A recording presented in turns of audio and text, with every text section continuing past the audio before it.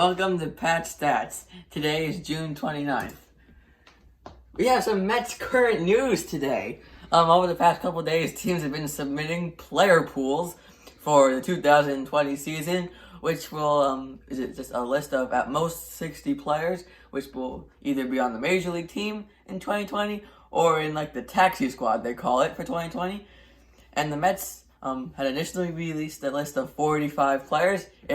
It's up to 50 now. They've signed and re-signed a few players, and those 5 players are Erasmo Ramirez. A lot of these guys you probably won't ever have heard of. They re-signed Ryan Cordell. They also signed Melky Cabrera, Gordon Beckham, and Hunter Strickland. That guy you might have heard of because he gets in fights with Bryce Harper a lot. I don't know about that move because he's apparently not a good clubhouse guy. We'll see how that turns out.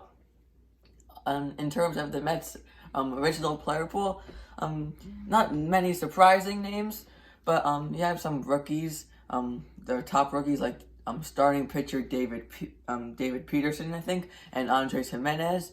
You have some veterans like Matt Adams and Eduardo Nunez. You have some players that haven't played in a while, like Jed Lowry and Yoenis Cespedes. And then pretty much everyone else you would expect. I mean, anyone that has a general, any chance to make a team, pretty much got on the list. Not Tim Tebow, though, unfortunately. All right, for the second half of today's edition of Pat Stats, we're going to take a suggestion from a viewer. Mr. Beckman suggested that I rank/grade the all-time Mets uniforms, and that's what we're going to be doing today. Today we'll do the home uniforms.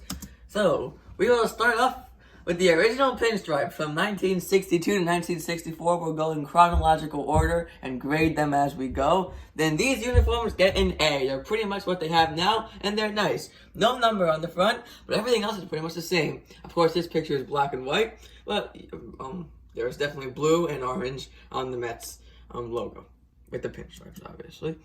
From 1965 to 1977, there was a slight change, and it was the fact that they added the number on the front of their jersey, and that makes it an A+. Very classic looking uniforms. I like these a lot. A+. For 1978, we go down to a B. They go to pullovers, which I don't love, and they add more stripes. Kind of hard to see, but on the sleeves, they have more stripes, and on the pants, again, hard to see, but they definitely have more stripes. I don't love this look. I also, I feel like for the time it looks cool. I mean, it's only lasted 1 year, so B for that one. 1979 to 1982, same uniform, except they add the name on the back of the uniform. It had previously been just the number, and this just ups it to a B+, because I like having the name on the back of the uniform. From 1983 to 1990, we have the racing stripes, and I give these an A. I love the racing stripes. I think when you think of the 1986 Mets, you think of the racing stripes, and they look great, I think, on the uniforms and would make for a nice throwback. I know they did do a throwback in 2016. They should make that permanent throwback kind of thing. From 1991 to 1992, the button-down returns, and now this is an A-. I mean, I think it's just the same. Except that the racing stripes did look kind of a little bit better with actually the pullover, in my opinion. And then we go down to a C, because from 1993 and 1994, they add the tail, as they call it, to the Mets logo, and I hate this. I don't think it looks anything like a Mets logo, and, yeah, C, just average. At least the pinstripes and everything else stay the same.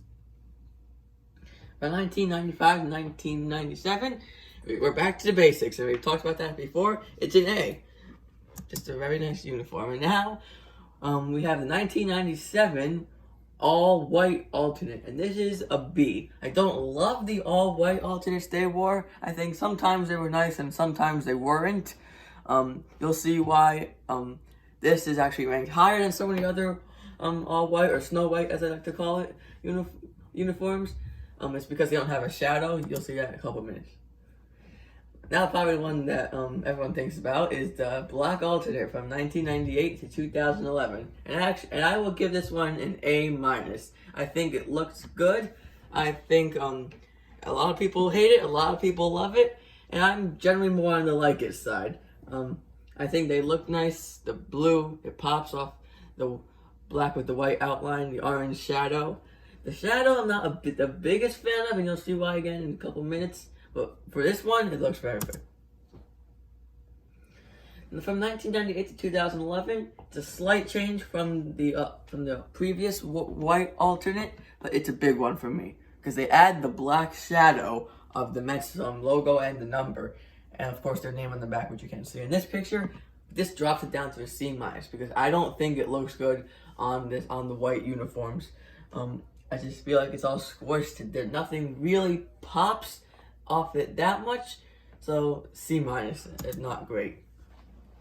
1999 to 2009, we have the pinstripes with the black drop shadow, and this is a little better than the other one. It's a B because I like the pinstripes, and I think it looks a tiny bit better, but not much. Just about an average uniform for me. In 1999 they go to no names on the back, kind of weird. C. I mean, I don't, just average. I like names in the back. I don't know, that was kind of random. From 2010 to 2011, they switched from the white pinstripes to the cream pinstripes, and this is a C+. I don't like the cream that they had for those few years, especially with the drop shadow. It does not look very nice. In 2012, the Mets took the black out of their color theme. Nothing, no black jersey, no black shadow, nothing. So I like this a little better, even though I still don't like the cream and I still don't like the all white ones. I think this is a B. Pretty good. Nothing, not much not to like here.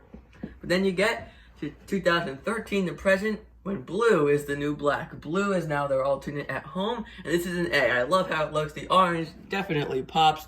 It goes nice with the pinstripe pants, the blue socks, and the white outline. Very nice. And for the last one, from 2015 to present, instead of having cream, they have white, and that is what makes it an A+. So that's all. That's not all, because I made a line chart. So basically, the higher up is the better the jersey. This is like my rankings. So the blue is just year by year. The red is a 10-year average. You see how it's pretty high in the beginning, drops a little bit, comes back up around the late 80s, early 90s, and drops from like the early 2000s, and it's back up again since the uniforms now are very nice. So that is all for Pat Stats today. Come back tomorrow when we rank and /grade the road uniforms. See you tomorrow.